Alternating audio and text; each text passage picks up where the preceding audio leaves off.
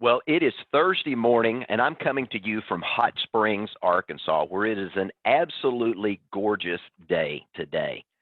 I want to thank you, whether you're coming to me from East Coast, West Coast, or somewhere in the middle. As I look at the number of people online, we've got people on both coasts and in the middle that are joining us.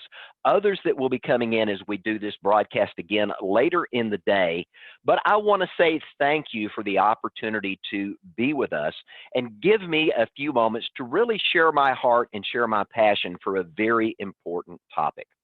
I want to say thank you up front to the financial professional who invited you to come and attend this national educational event. You can retire happy and stay that way. Now, this is not going to be a talk about financial products and services today. I want to say that up front. What I want to talk about as an educator and as a baby boomer are really some demographic shifts, things that are going on in the world around us that we need to know, that are reshaping why we should be rethinking how we're planning for retirement, or if we're already there, maybe some things we need to revisit to make sure that our retirement plan is going to last as long as each of us do. Now, I'm going to challenge some conventional wisdom in a few areas, so I want to ask you on the front end to keep an open mind, because oftentimes we make decisions without having the best information available. And at the time, we think it's a good decision. But as we learn more, or as we learn new things, it gives us an opportunity to make a better or change a decision or alter it slightly so that we can get a better outcome down the road. Now, before we get started, let me give you a couple of quick things that you need to know. Number one, I'm not an attorney and I'm not a CPA. I am an educator, I am an author, I am a speaker, and I am a licensed financial professional like those that invited you to this event today. So if you came here looking for legal advice for free or tax advice for free, you're in the wrong event today. But if you are here to learn about how to plan for a more secure retirement, you're in the right seat. Now, most of you may be saying, who is this guy that's talking on the other end of the screen? You know, I thought rather than putting my picture up and you looking at me talk, I thought having some images and some pictures would be great so you could kind of paint the picture of where we're going. But I did want you to see who I was and have an opportunity to see my beautiful wife, Anna Yuri, standing there beside me.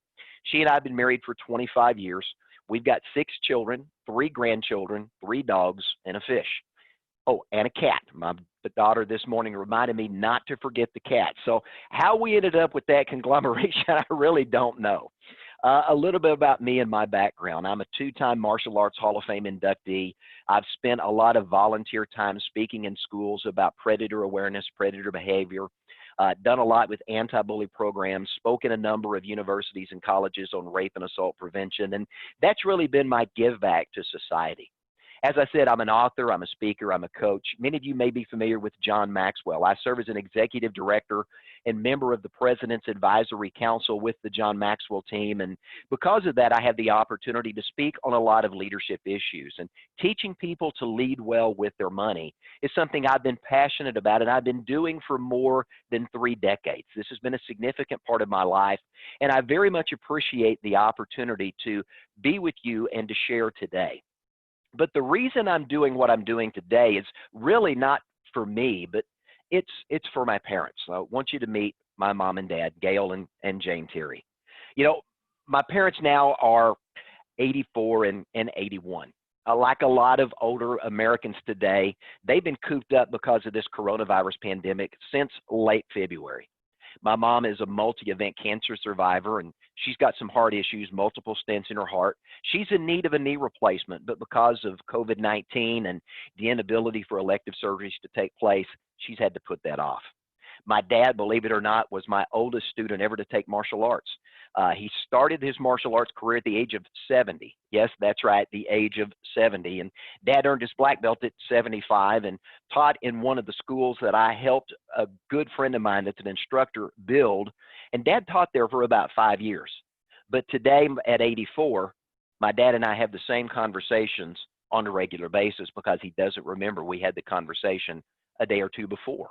We're living long enough now for age-related issues to impact us, and I'm seeing it begin to impact my parents.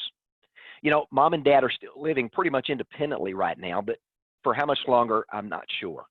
You know, they chose against my wishes not to plan for long-term care, and in the event they get sick and they're unable to take care of themselves, they've not left themselves with a lot of options.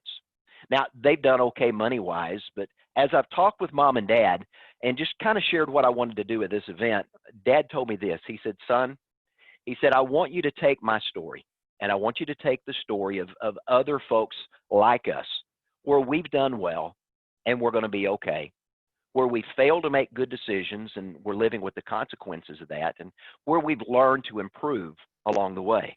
He said, at the end of the day, John, he said, I want to make sure that you're helping Americans, just like your mom and dad, have an opportunity to have a better outcome at the end of the day. So I want to dedicate this to my parents, and I want to dedicate this day to a mom and dad who've been an amazing set of parents to me, and they've been great role models for me and how to live my life. And so, mom and dad, this event today is for each and every one of you. So that being said, enough about me and my family. Let's jump right into what I want to talk about today. And I want to start with taking you back on a memory. You know, how many of us, if we're looking back, it seems like only yesterday, you and I were the kids looking up at our parents like I've looked up to mine for years, or maybe it was your grandparents. And you remember with eyes of wonder the world around you. Back then, the world was a big, big place. You know, I remember as a little kid, my grandfather used to take me to Creekmore Park in Fort Smith, Arkansas. And when I would go to the park with my grandpa in his big old Buick, and we'd get out of that car, that park seemed like it went on forever. I thought it covered half of Fort Smith, Arkansas. And I could run all day, and it took almost all day to get from one side of the park to the other, at least in the mind of a 6 or 7-year-old kid. My grandpa would take me to the train, and we would ride around this train that I thought went on forever and went for miles and miles and miles around this massive park. But then one day I grew up, and recently I took 2 of my daughters back, and as I'm driving by Creekmore Park, I'm wondering, how did the park get that small? And I took them and showed them the train that I used to ride as a kid, and this train wasn't even waist high to me today, and the track was really small, and it didn't go that far. And I remember that the world has changed. But back then, when we were children, retirement seemed like a different reality. And then a few years later, 5th or 6th grade, guys, we discovered girls. And girls, we discovered guys. And this American ritual as a dating experience all started for all of us. You found the girl or the guy of your dreams, and you thought in the 5th grade, this is the one, this is who I'm going to marry. And 2 weeks later, it was somebody else. And 2 weeks later, it was somebody else. But then after a period of time, our hearts broken 100 times, we finally found that guy or that gal of our dreams. You got engaged, got married. Life was amazing. And then along come kids, and then a mortgage, and then car payments, and then student debt, and the rat race we call life. And all of a sudden, you find yourself scrimping and scraping to save, thinking, I'm going to put a few more dollars aside someday so that when I get ready to retire, I'll have enough money saved up. But all of a sudden, it happened. You wake up one day, and you're not a kid anymore. You're not a newlywed anymore. Your pants don't fit. Your hair turns gray. It starts to thin. Or worse, it starts to fall out. You get fitted for glasses, then bifocals, and then dentures, and then hearing aids. You realize you've just spent the last 30 or 40 years of your life working every day. And now the question is, do I keep working or do I retire? Do I just stop completely and jump into retirement with both feet and hold my nose as I go in? Or do I go to part-time and kind of wade my way into retirement? That's the question we all have to answer. But the problem today is not that we're getting older. The problem is, and the big question for all of us, is how long are we going to live in retirement? You know, what I like to describe the Ponce de Leon effect is taking place here in America right now. And if you don't remember Ponce de Leon, he was the French explorer who searched in vain for the fountain of youth, only to die a pauper, never having found that elixir that was going to give him everlasting life. But if we look at today's retirees, and right here in Hot Springs where I live, we have what we call Blue Hair Tuesday. It's when a lot of the ladies that come in from the retirement community to get their hair done, and they take over downtown. And you got to be careful when you drive some days, because they just oftentimes don't pay really close attention to what's going on around them. But in today, we found a fountain of youth, so to speak, because we're living longer than ever before. Did you know that life expectancy for those 65 and older is increasing at an alarming rate?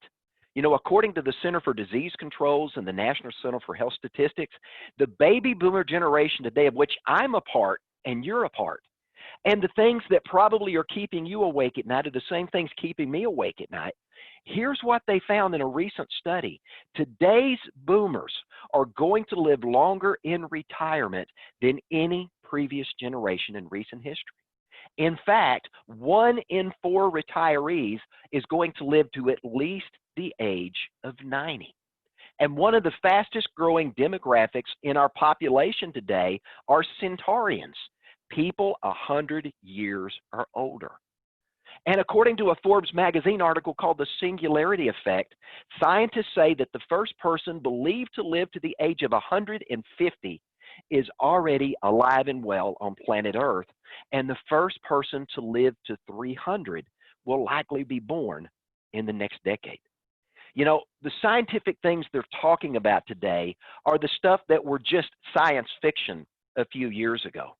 I watched as one of my coworkers the other day was taking a phone call on his watch, and my mind flashed back to my dad when he and I on Sunday mornings as a little kid, and we'd get the Sunday paper. Dad would read me the Dick Tracy comic strip, and I remember Dick Tracy talking into his watch. I remember watching Captain Kirk on Star Trek flip his communicator open and begin to talk with somebody in this little handheld phone that we all carry today. Now, medical technology is no different. My grandfather was a doctor, and some of the things that I see when I look through his medicine bag are so archaic compared to what we have today. It's amazing. You know, we survive the things today that used to kill us. I remember just not too many years ago, my dad was in his early 50s, and he was diagnosed with prostate cancer. They took him into a hospital. They cut him open like a fish. They sewed him back up after the surgery. Dad laid in a hospital bed for a week trying to recover just from the surgical procedure itself. And then when he was finally able to get up and get moving, he reminded me of Tim Conway from the old Carol Burnett series, where he would do the old man and just kind of shuffle real slowly. And it took Dad nearly a year to recover back to some sense of normalcy. Now, fast forward a few decades later, I find myself in my early 50s dealing with a kidney stone. And as I'm visiting with the doctor, the next thing I know, the doctor says, well, I've got some good news and I've got some bad news. He says, the good news is we can take care of your kidney stone, but the bad news is you have prostate cancer. And I went in remembering what happened to my dad, being afraid. But seeing the medical miracles today that prolong life, I'm wheeled into the operating room, and sitting in the ceiling is a robot, something that looked like it came out of Star Wars. The doctor's not standing at the table doing the surgery. The doctor's over in the corner of the operating room with his head covered by a shroud and his fingers and feet working and manipulating little keypads. And they laid me on this table, and the doctor performed the surgery using a computer sitting in the corner as this machine operated and removed that cancer from my body. Unlike my dad that spent a week recovering before he could even get out of bed, 2 hours after my surgery was over, I was up and walking. Amazing the things that we see today. And as I read Popular Science and Popular Mechanics and the other geeky magazines my dad got me started on, I'm reading today about nanotechnology, where they're going to be able to, in the future, inject these little robots into our bloodstream that will actually be able to repair the body at the cellular level. The things that we think of that were science fiction today are really now the reality for all of us. And it's an amazing way that we're living life. But because of that, longevity has become the new norm. And it's a term that we're hearing much more about. And this longevity that is being caused by these medical miracles that are extending our life expectancy are creating problems. So the question for all of us is, should we be worried about longevity? This is the conversation that I want to have through the rest of our time together in this presentation, because this is the greatest risk to your retirement and to my retirement. The question of how long we're going to live and whether or not what we've saved is going to be enough. Now, this is an area that far too many financial advisors have really failed to think into in their planning, and that's the longevity effect, the Ponce de Leon effect that is impacting today how we plan for retirement. Now, I believe this is mission critical to your success and to my success as I'm thinking about what am I going to do in the next few years. I'm 59 and I'm getting close to the age that I'm going to have to decide, do I want to keep working? Or do I want to kind of back off a little and work part-time? Or do I want to go play golf and travel and do the things that I've always dreamed of doing with my wife? So for all of us, the question, should you be worried about longevity? The short answer is yes. You know, if we look at life expectancy today, for a 65-year-old today in America, 2020, a male is going to live on average, now this is the average, to 84.3 years, a female to 85.5. Now, that's the statistical average. That means half of all males are going to live longer than 84.3, and half of all females are going to live longer than 85 and a half. Think about this. Tom Hegna, the author of the book Paychecks and Playchecks, and you may have seen Tom on PBS in the past, Tom says if we look at these numbers and we look at the statistics, it says that you're going to spend up to a third of your lifetime in retirement. Now, who would have thought at age 6, when you're going into the first grade, that you're going to spend a third of your life getting ready to go to work? You're going to work a third of your life, and the next thing you know, you're going to be spending a third of your lifetime in retirement. Hey, this is not the retirement of your parents or even your grandparents. Retirement has changed, and longevity has become a risk multiplier. Now, what do I mean by a risk multiplier? Let's just take inflation for a moment. You know, inflation is the increase in the cost of goods and services as we get older.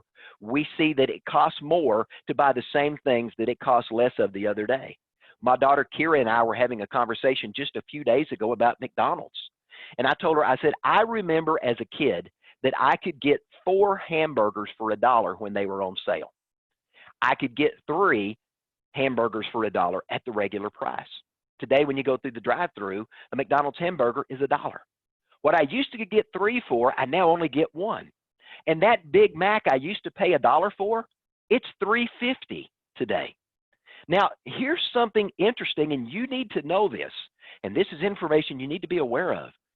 There's a scenario in the inflationary world that's not talked about in the mainstream media and in the news, and it's an area of longevity called boomer longevity.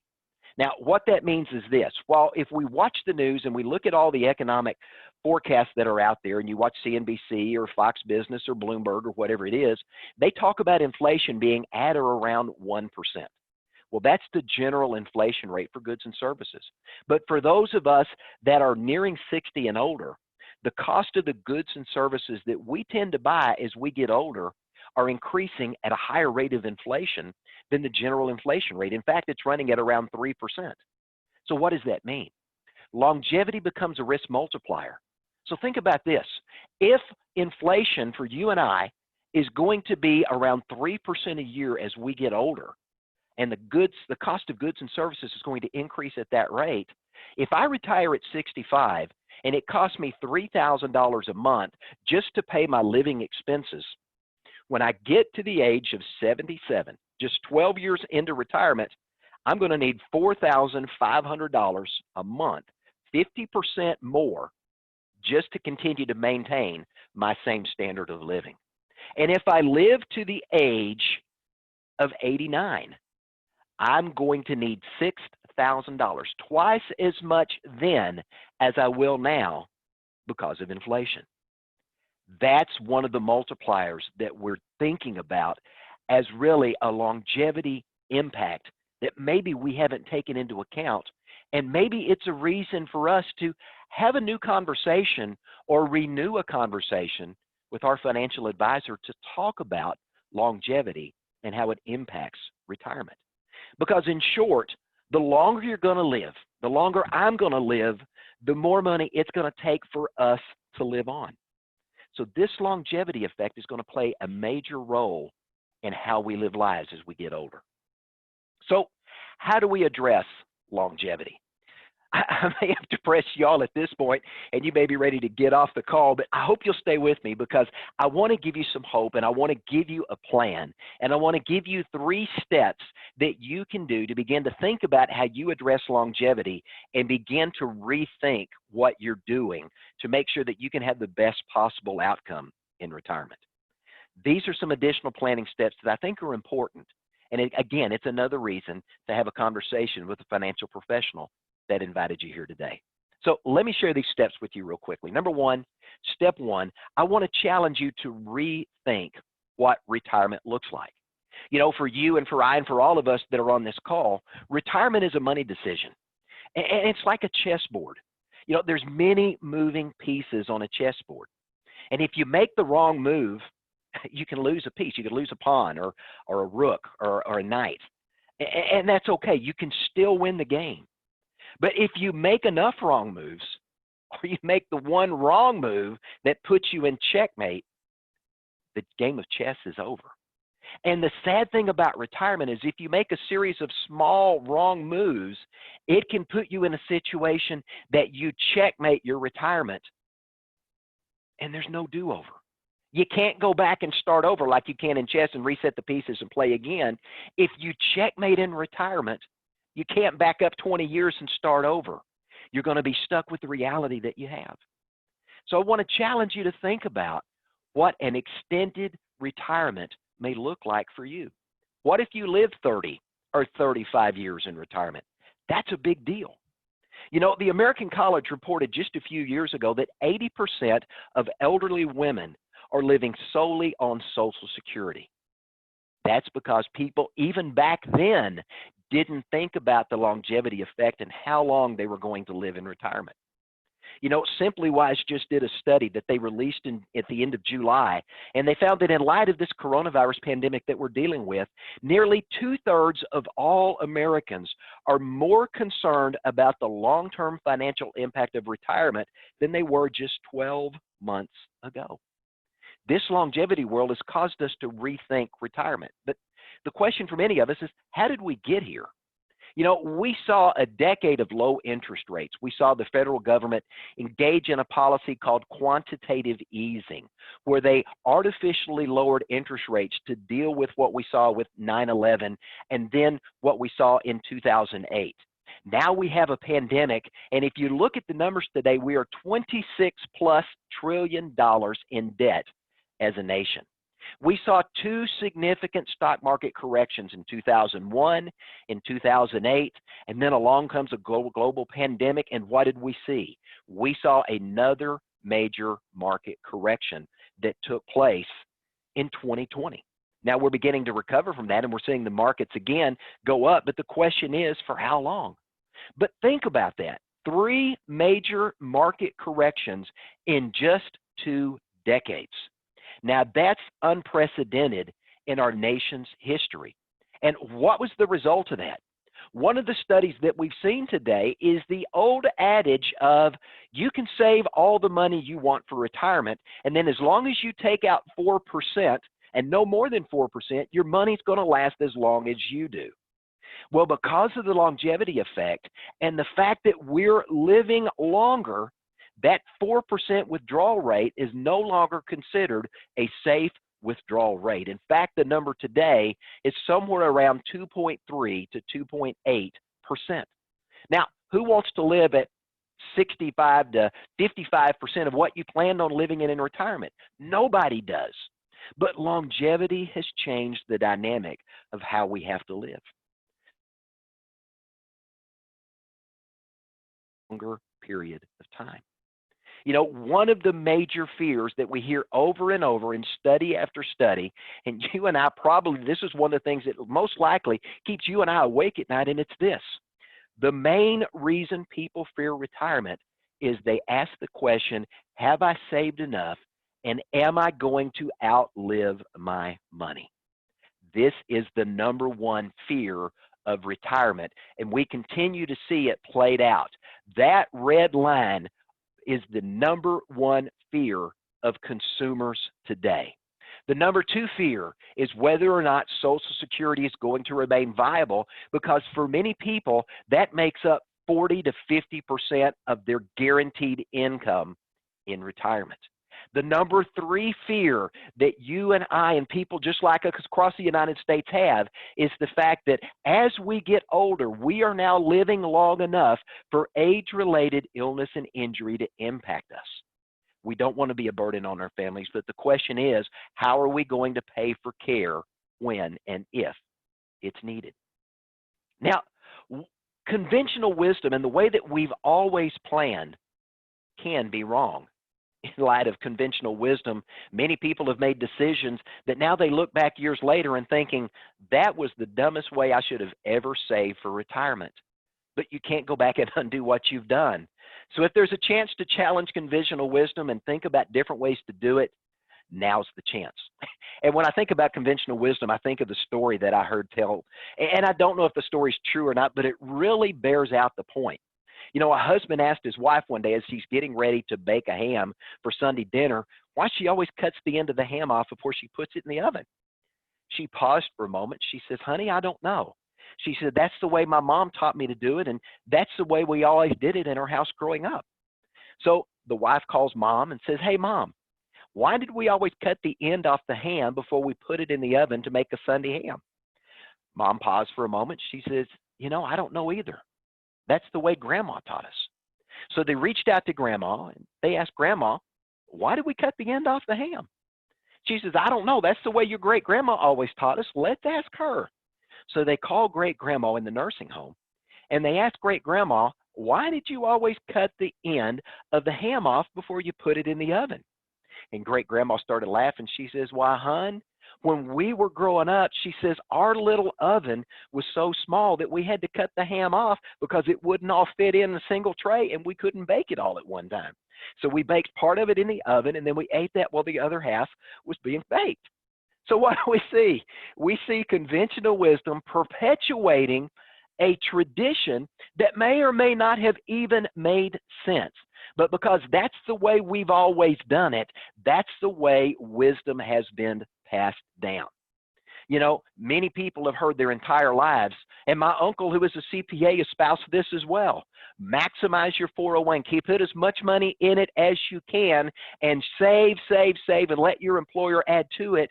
And if you can save $1 million, you're going to be just fine. That was his mantra. And then years later, as he said, and they're looking at the fact that you get this little bitty tax deduction on the front end as you're putting money in your 401k. But all of a sudden, when all that money's taken out in retirement, you're going to end up paying in a matter of just a few months taxes equal to the savings over 30 years of contributing. And by the time you get through liquidating that 401k, you realize that Uncle Sam has become one of the primary beneficiaries of your savings plan, because every year you're paying taxes on every single dollar that you take out. You didn't realize back when you started saving that when you got to age 70 and a half, well, now age 72 because of some changes in the law, that Uncle Sam was going to hold his hand out and say, even if you don't need that money right now, you got to start taking out a required minimum distribution because I want my share of that revenue. And Uncle Sam forced you begin to take required minimum distributions out of your IRA and out of your 401k so that Uncle Sam could collect the money that was due him. And boy, did he collect it. Now, I'm all for paying taxes, but I'm one of those that believes I'm going to pay my fair share, but no more. And if there's a way for me to legally reduce the amount of money I'm going to pay, that's okay. That's my right as an American citizen to do so. And if I pay less in taxes, that's more for me and my spouse and my family to live on. That's important. You know, conventional wisdom also said nothing outperforms the stock market. But ask those who were going to retire in 2001 or 2008 or early in 2020 how conventional wisdom worked out for them. Maybe there's other areas to invest beside the stock market or in addition to the stock market so that not all of your eggs are in one basket. Conventional wisdom can be wrong. Maybe it's time to rethink retirement. Step 2 is to plan for and to think about the impact of longevity. Your retirement plan is like an engine. It powers the income that you're going to have in retirement from all of the assets you've managed to save. Now, if you've got a plan, fantastic. But in light of longevity, maybe this is an opportunity to revisit with your financial advisor to ask them whether or not your retirement plan needs a tune-up. Or maybe it needs an extensive rebuild because what you planned was for a 10-year or a 15-year retirement when it needs to be a 25, 30, or 35-year retirement. Longevity is going to impact your income, your health care, inflation, taxes, how you distribute your money and which accounts you pull money from first, how you plan so that your surviving spouse has an income when you're gone, how you're going to leave money to your kids and your grandkids. There's a lot to consider here. But you've probably heard, and I'm going to repeat it, if you fail to plan, you've planned to fail. The big problem for far too many people is they're just putting their head in their sand, thinking if I ignore it long enough, it's going to go away. Well, ladies and gentlemen, you can't just stick your head in the sand and hope for the best. You need to rethink retirement. And then secondly, in light of longevity, you need to be planning to address these longevity issues. Now, I mentioned Tom Hegna earlier, and if you haven't read his book, I would encourage you to go to Amazon, Barnes & Noble, your local bookstore, and pick up the book Paychecks and Playchecks. It's an amazing read from an economist who understands retirement and is a boomer just like the rest of us. Tom, in his PBS special, Retire Happy and Stay That Way, he says you need a 30-year income plan. Now, think about that. He says you need a paycheck to be able to pay for your core living expenses that are going to be with you throughout retirement, and that needs to come from guaranteed sources of income. He also talks about the ability to have a paycheck because nobody wants to retire and just sit on the front porch, watch the grass grow, and wait to die. You're going to retire to have fun and do the things you've always dreamed about doing. Now, one of the things that Tom goes on to say is he talks about the fact that as you're thinking into your paycheck, you need to be looking at how you're going to be able to guarantee that check every month, every year for 30 years or longer. Why? Because no matter how long you live, you're going to have money for housing, for food, utilities, transportation, taxes, insurance, medical expenses, and much, much more. Now, that paycheck is going to be there so that you've got an opportunity to have fun, to go play all the golf you ever wanted, travel and see the world, go see the grandkids. I laugh because right after my parents retired, I got a call from them. And in the background, I could hear this crashing noise. And I thought, where in the world are my parents? And they called me from Destin Beach, Florida. And my dad called to tell me that he had gone to see my sister and had picked up her children. And on a whim, they decided to drive to Destin because mom and dad had never been there. It's their vacation, they've saved, and so they decided to take the grandkids. And my dad called to tell me that he was spending my retirement so that he and my mom and my sister's kids could enjoy a week at Destin Beach. Hey, I was all for that. But one of the things my dad did well, and he listened to me, was he invested in such a way that he had guaranteed sources of income so that no matter how long my mom and dad live, they've got a paycheck every month to pay their bills. Now, they've spent a lot of their fun money and they've done a lot of fun things, but the good news for my mom and dad is they've still got some paycheck money and they still travel and do things at 84 and 81 as much as they can. Now, right now they can't because of COVID, but when this opens up, they still have plans to go do some amazing things. But planning for retirement means that we have to think about all of the different things that we've accumulated in terms of assets. Social Security is important, and one of the most important decisions you and I are going to have to make is, when do we start claiming Social Security?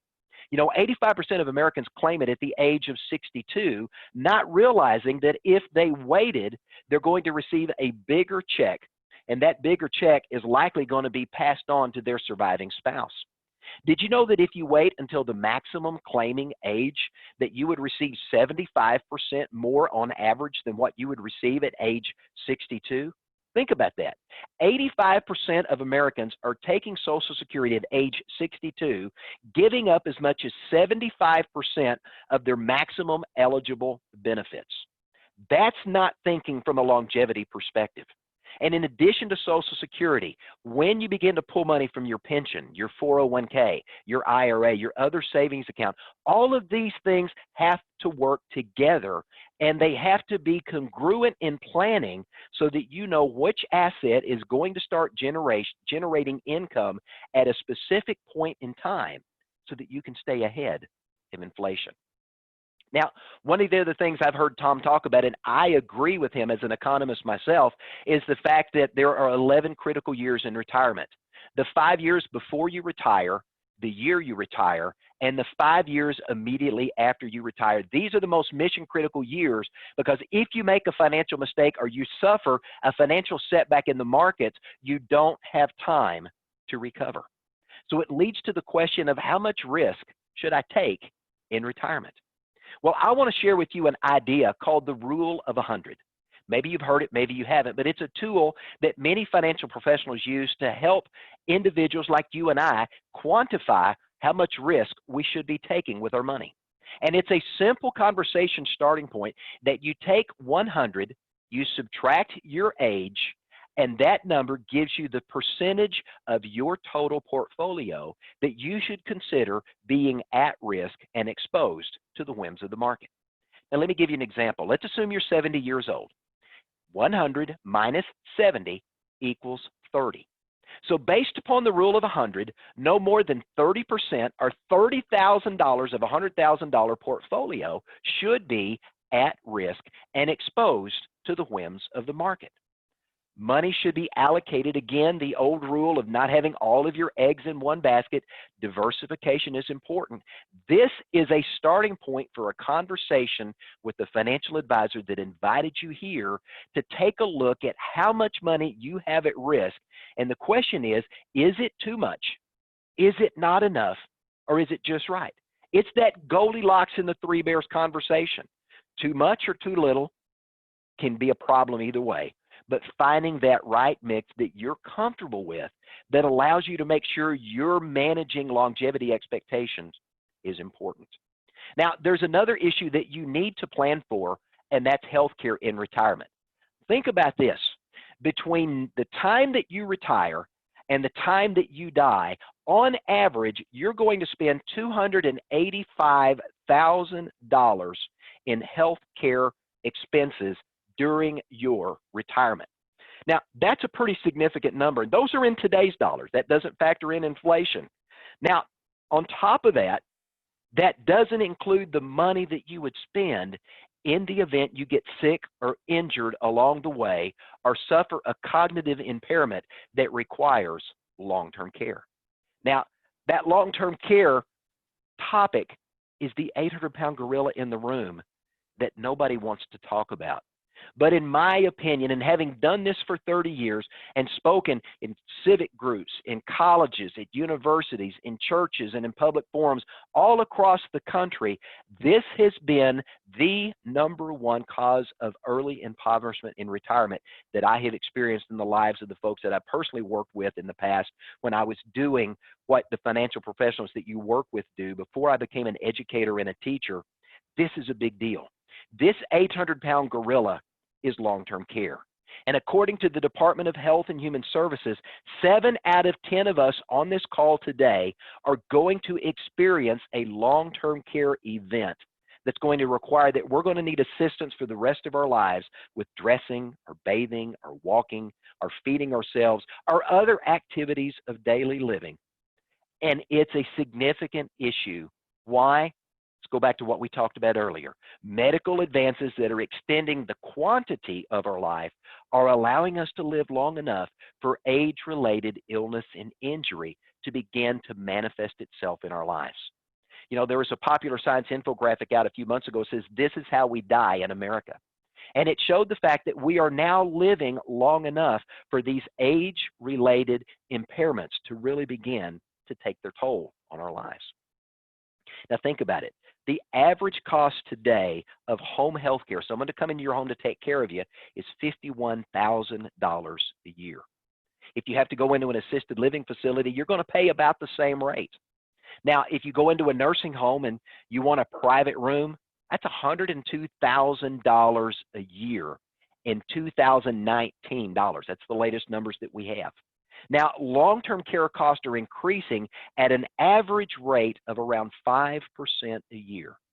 That means 14 years from now, at the time that you and I may be likely to suffer an impairment that could put us in a situation we need these services, $51,000 a year just became $102,000 a year. A $102,000 nursing home just became $200,000 a year. That is an expensive proposition that we're not planning for. You know, the average duration of an Alzheimer's event is 8 years today, and about half of that time is being spent in a formal memory care setting. Many experts believe today that because of the advances in technology that we have and the ability to diagnose Alzheimer's patients early, that we're going to see the average Alzheimer's event stretch to be 12 to 15 years, with about half of that time in a memory care setting. Now, I say again that long-term care is perhaps the #1 cause of retirees going broke early in retirement. And the fact that we're living longer and surviving what used to kill us means that we're more likely to die as a result of a long-term care event slowly killing us month after month, year after year, than anything else that we deal with. This is something that we have to plan for, and if you don't have that as a part of your plan, you're planning to fail in this area. And that leads me to step 3. The last thing you want to do is to flunk retirement. Now, I bring that up because you don't know what you don't know. Now, what do I mean by that? The American College did a study about retirement readiness just a few years ago, and they interviewed people that were getting ready to retire in the next 5 years and people that had recently retired or had retired in the last 5 years. And they began to ask them basic questions about inflation, understanding how healthcare works, understanding about income sources in retirement, general things you would want to know to make an informed decision about retirement. And at the end of the study, here's what they found. 80% of those getting ready to retire were already retired or had retired in the last 5 years. 80% of those failed, got an F in basic understanding of the financial decisions that need to be made to guarantee the best possible outcome in retirement. Now, people were making those decisions just a few years ago based upon incorrect, incomplete information, and that's going to impact the next 30 years of their life. You don't know what you don't know. And there's a lot of misinformation out there. There are a lot of people with hidden agendas that they have a mindset that they believe that their way is the only way. And because of that, they're putting information out there that feeds their ego and feeds an attitude that isn't backed up by the facts. And as a result of that, if you act on that information, you're acting on incorrect, incomplete, or just plain old bad advice. And, you know, my mama says if you act on bad advice, you're going to get a bad outcome. And if you don't know all of the answers you need to make a good decision, you're probably not going to make a good decision. But if you don't know what you don't know, and you're making decisions with incorrect or incomplete information, how can you expect to have an amazing outcome in retirement unless you're just lucky? That's one of the reasons the financial advisor that you're working with invited you here today is to get you to think about rethinking, planning for, and making sure that you don't flunk retirement. Now, I want to get ready to wrap up, but I want to give you some important questions that you should be asking. These are the important questions that you need to know the answer to because it's going to give you the knowledge that you need to make an informed decision about what the next 30 years of your life in retirement may look like should you live that long. So let me share these questions with you. Number one, can I afford to retire with what I've saved? If you're not yet there and you've not yet decided to pull the trigger, this is an important conversation you need to have. The second question is this: if I haven't yet retired, what is my accumulated savings worth when it comes to creating monthly income? And also, when should I start claiming Social Security? Should I claim it early? Should I claim it on time at my full retirement age? Or should I defer it and start taking income from other asset sources first? That's an important question that you need to know. Which account you're going to access first, and here's another important question. Are there tax-saving strategies? Maybe I should have implemented early on, but I still have time to implement them now. Are there ways that I can take money that I would receive as taxable income in retirement and convert that to a different type of planning that would allow me to get that money income tax-free? Are there financial instruments that will allow me to push having to pay those taxes further out beyond the retirement minimum distribution rules that are in place right now? One other important question: is it too late for me and my spouse to consider long-term care planning in the event we need it? Those are important questions you need to be asking if you are not yet retired. Now, if you are retired, here's a very important question. Hey, am I going to run out of money before I die? If we look at what I saved and what I've spent, and this is what I've got left, what does it look like?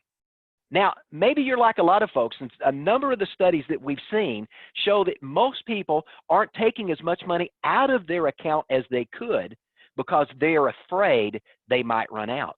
Wouldn't it be nice to know with confidence that you could take a little more out every month and still know with certainty that the money's going to be there when you need it? Maybe taking some of those assets you've got and creating more guaranteed sources of income allow you to have that flexibility and that freedom while still leaving money. Or maybe you're one of those that's spending money as fast as you can. My parents did this early on. They spent more money in the first 5 to 7 years of retirement than what we had budgeted for them. And for a period of time in their life, they had to pull way back. Dad had to go do a little bit of work even after he retired to save back some of the money that they had spent because they were spending it at a rate that they were going to run out because they got ahead of their budget. Now, if I'm required to take distributions from my IRA and I don't need the money, is there a way I can reinvest this money for either my future needs, my surviving spouse's future needs, or can I leverage that money so that I can benefit my children, my grandchildren, or a cause that I care about? And then here's one other that's very important and often overlooked. Do my estate planning documents support my current wishes? Are my beneficiary designations current? You know, in light of COVID-19, we're seeing more people raise questions about estate planning at a time when more and more Americans are ignoring this important part of their planning and making sure that their estate planning documents, including medical preparedness documents that allow someone to act on your behalf in the event you get sick and can't make those decisions yourself. The number of people engaging in those practices today are at one of the lowest levels in our nation's history.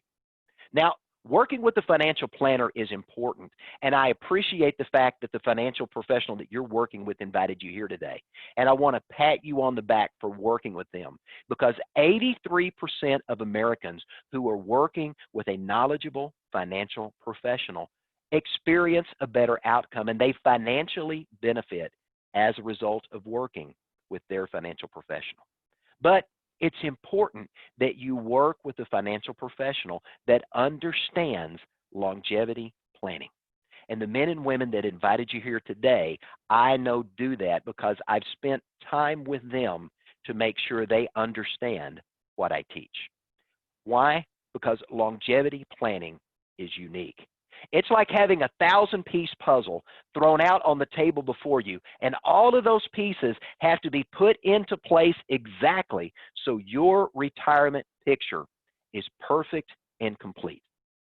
The men and women that invited you here are excited about the opportunity to help you make sure that you have put all of the pieces of your retirement puzzle in place so your plan is complete. You know, at the end of the day, you've got three possible outcomes for retirement.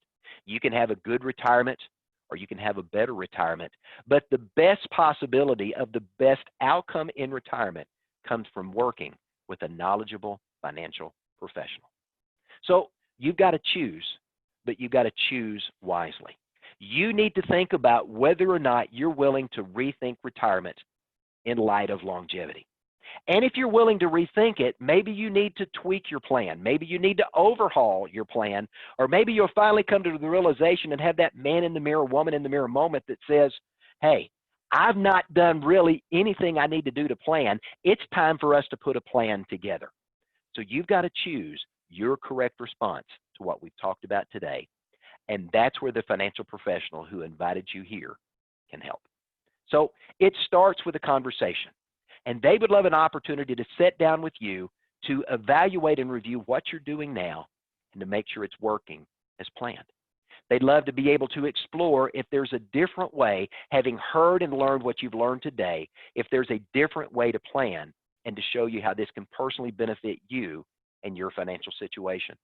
They would help you determine if the steps you're taking right now are going to get you where you want to go, and if there's things that you don't yet know. They want to help you answer those questions so that you can know with certainty the steps you're taking are the steps taking you in the direction that you want to go. And if there's steps that you need to take and you're looking for guidance and advice, they would love to be there to help provide that guidance and advice for you. So here's my promise to you. If you'll take a few minutes at the end of this event to reconnect with the individual that invited you here. By the time you spend a few minutes with them together, you're going to know a few things. Number one, you're going to know if what you're doing is working. And if it's not, they're going to give you a solution to help you get it working. And if, like many Americans, you're not sure, they're going to give you an honest evaluation of what's working and what's not. They're going to make recommendations of ways that you can do what you're doing better. And then at the end of the day, it's going to be up to you to say yes or no, that that's the direction you want to go. But I want to challenge you not to be one of the many Americans that hears a message and then simply walks away. I don't want you to be one of those people who looks back, having heard what we've shared today, and says, I'm just fine doing just what I'm doing, and I'm not going to change anything. And then a few years later, you run out of money. And as you're serving as a greeter at Walmart or Target or working at a convenience store because you've had to go back to work in your 80s, and you look back and said, if only I had listened. If only I had taken action. If only I had gotten my pride and my ego out of the way to say, I need someone to help me make sure I'm going to have the best possible outcome in retirement. My hope for you is that you'll take action today and that you will reach out to the individual that invited you here, and if nothing else, to have the conversation to make sure everything is working right is a tribute to my mom and dad. And the fact that they listened, and they listened well for the most part, but they have admitted their mistakes in the areas that they haven't. You know, it's too late for them to go back and fix their long-term care issue, but in the other areas, they've done well. They look back now and say, if only, as they now face the prospects of how to pay for care. But in the rest of their lives, they've done well. Learn from their mistake. Reach out and listen to the financial advisor that invited you here, and they'd love to get together. And here's what they've told me that they'd like to do for you.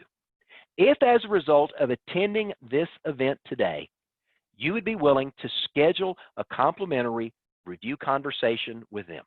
No selling, just to talk about what we discussed today, rethinking retirement in light of longevity, looking at the plan you've got in place, making sure that it's working, and answering the questions that we talked about in our time today. They would love to either take you to lunch or dinner if you're allowed to get out and do that where you live, or if not, they would love to give you a gift card so that you can either order food in or you and your significant other can go out and have a meal on their behalf. That's their offer to you as a thank you for inviting you to be a part of this event today. And I want to say thank you for your time in allowing me, as a fellow baby boomer, a fellow retiree, to have the opportunity to speak into your life. I very much appreciate the time that you've given me today, and I very much appreciate the fact that your financial professional cared enough about you to invite you to hear this important message today. So please don't put this off. The planning that you do today is going to help ensure that your financial future is more secure and you can truly retire happy and stay that way. Hey, it's been my pleasure to share this information with you today, and I hope that you found it interesting and insightful. I want to thank you for joining us. Now, get that appointment scheduled and go have a great day.